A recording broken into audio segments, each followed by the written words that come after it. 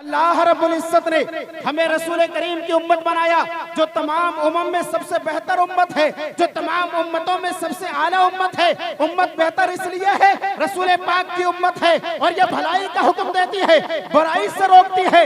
भलाई का हुक्म यह है कि अल्लाह की बंदगी की जानिब आ जाओ, भलाई का हुक्म यह है कि रसूलुल्लाह की इताअत की जानिब आ जाओ, भलाई का हुक्म यह है कि अपने वालिदैन की इताअत करने लगो, अपने उलमा की ताज़ीम करने लगो। अल्लाह रब्बुल इज्जत ने जब तुम्हें जिंदगी दी है, अल्लाह पाक ने जो तुम्हें जवानी दी है, ये अल्लाह और उसके रसूल के दीन के लिए, मर मिटने के लिए अल्लाह ने हमारे बाजुओं में ताकत दी है। क्या तुम्हें मालूम नहीं है वो मुजाहिदीन इस्लाम थे जो दीन की तबलीग के लिए जब मदियन को पार करने के लिए जब मदियन पहुंचे थे तो एक दरिया आया था और दरिया की जो मौजें थी अल्लाह अकबर कबीरा आसमान से बातें कर रही थी, उसको पार करने के लिए ना तो कोई रास्ता है ना कोई पुल है। अब उनके हौसले देखिए, उनकी हिम्मत देखिए, उनके बाजू की ताकत देखिए। उस मदियन के उस तमाम तर मौजे मारते हुए उस दरिया में अपने घोड़ों को डालते हैं और घोड़ों को डालकर जब ईरानी फौज ने देखा था ये इस्लामी मुजाहिद है जो दीन की तबलीग के लिए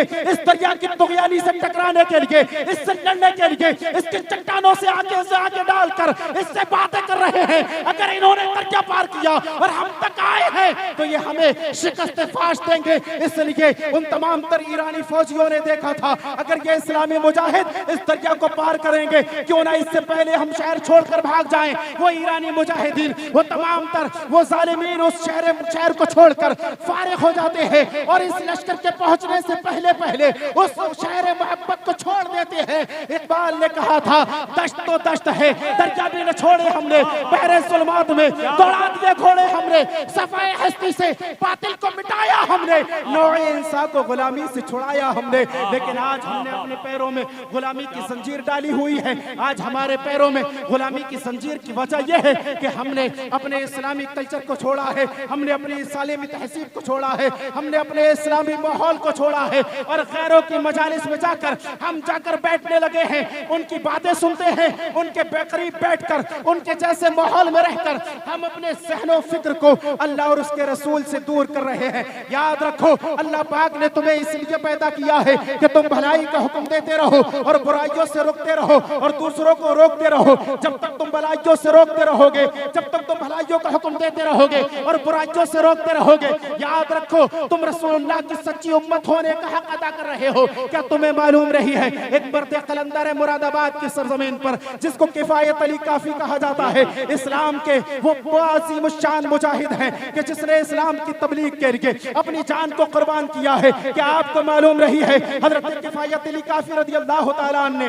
जब मुजाहिदीन तमाम तर अंग्रेजों के मुजाहिदों के खिलाफ जंग आजादी के मौके पर आपने इस्लामी अहकाम को नाफिज करते हुए रसूलुल्लाह के दुश्मनों से जब आपने फतवा सादिर किया था कि इनसे जंग करना लाजिम है, मुसलमानों पर फर्ज है कि रसूलुल्लाह के गुस्ताखों से जंग करे, उस वक्त आका करीम अलैहिस्सलातु व तस्लीम का ये मर्द कलंदर है अपने कलम की नोक से लिख चुका है कि इस अंग्रेजी फौज के खिलाफ जंग करना फर्ज है। हर मुसलमान पर लाजिम है कि वो अपने घरों से निकले और अंग्रेजों से जंग करे। अल्लाह अकबर कबीरा। लेकिन क्या आपको मालूम है उस मुजाहिद मर्द कलंदर को जब गिरफ्तार किया गया तमाम तर सजाएं दी गई, तमाम तर मशक्कतों को बर्दाश्त करता रहा, लेकिन अपने फतवे से रुजू न किया। जो हुक्म सादिर कर दिया है वही सादिर नाफिज कर दिया है। अल्लाह अकबर कबीरा।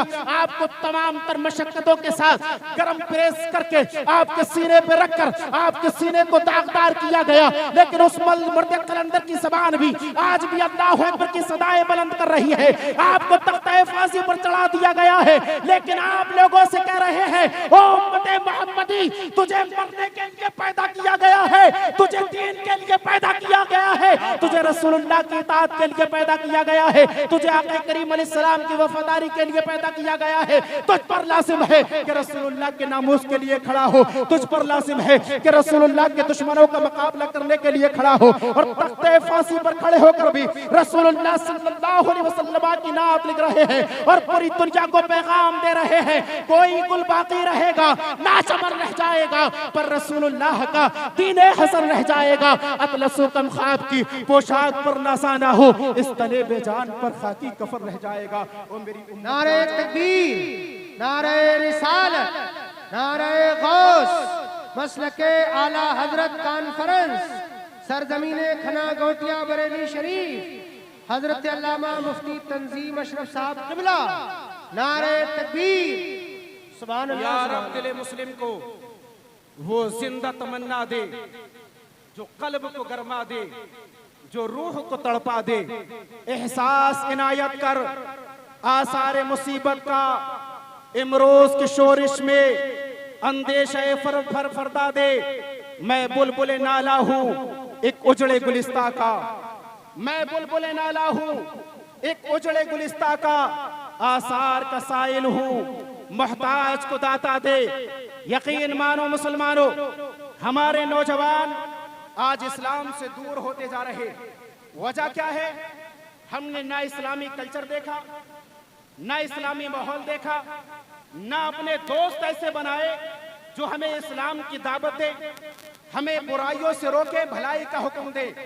जबकि हजरत शेख सादी ने फरमाया, वो तेरा दोस्त नहीं जो तुझे बुराई से रोकता नहीं है और भलाई का हुक्म नहीं देता है, बल्कि वो तेरा दुश्मन है जो तुझे जहन्नम में ले जाना चाहता है।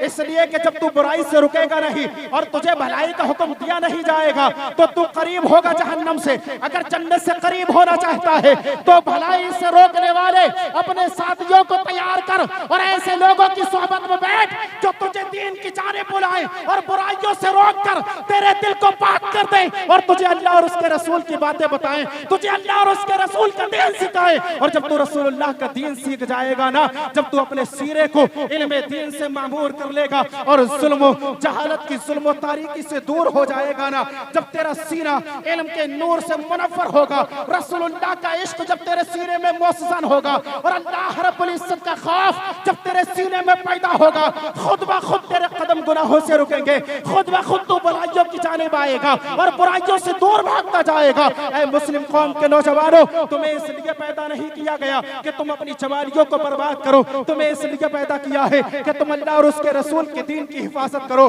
तुम्हें इसलिए पैदा किया गया है ताकि तुम अल्लाह और उसके रसूल के दीन के लिए खड़े हो।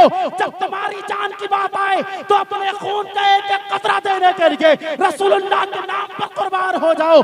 आला हजरत ने कहा था, ये जान अल्लाह और उसके रसूल की दी हुई है, अल्लाह के नबी पर कुर्बान करने के लिए ये अहमद रजा तैयार रहता है। अगर रब्बे काबा एक नहीं 1000 जाने भी देता तो ये अहमद रजा तमाम जानों को अल्लाह के रसूल के नाम पर कुर्बान कर देता।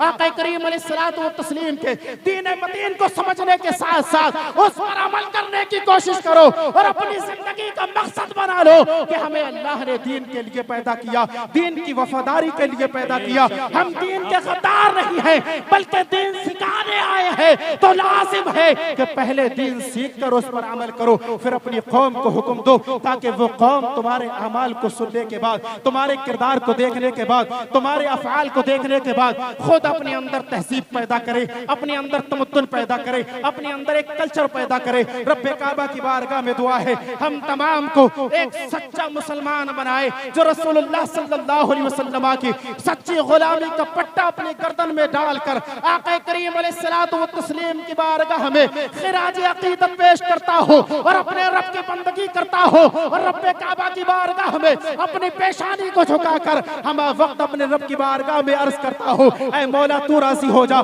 मैं तुझे राजी करने आया हूँ। ऐ मौला तू राजी हो जा, मैं तुझे राजी करने आया हूँ। याद रखो अगर वो रब राजी हो गया तो ये दुनिया भी हम कामयाब, हमारी ये दुनिया भी कामयाब है, हमारी आखिरत भी कामयाब होगी। अगर हमारा रब ही हमसे नाराज है तो दुनिया में आने का फायदा क्या है? दुनिया में आने का मकसद ही फौत हो जाता। हम अपने रब को राजी करने के लिए आए हैं, इसलिए वो काम करें जिससे हमारा रब हमसे राजी हो। वमा अलैना इल्लल बलाग। अस्सलामु अलैकुम।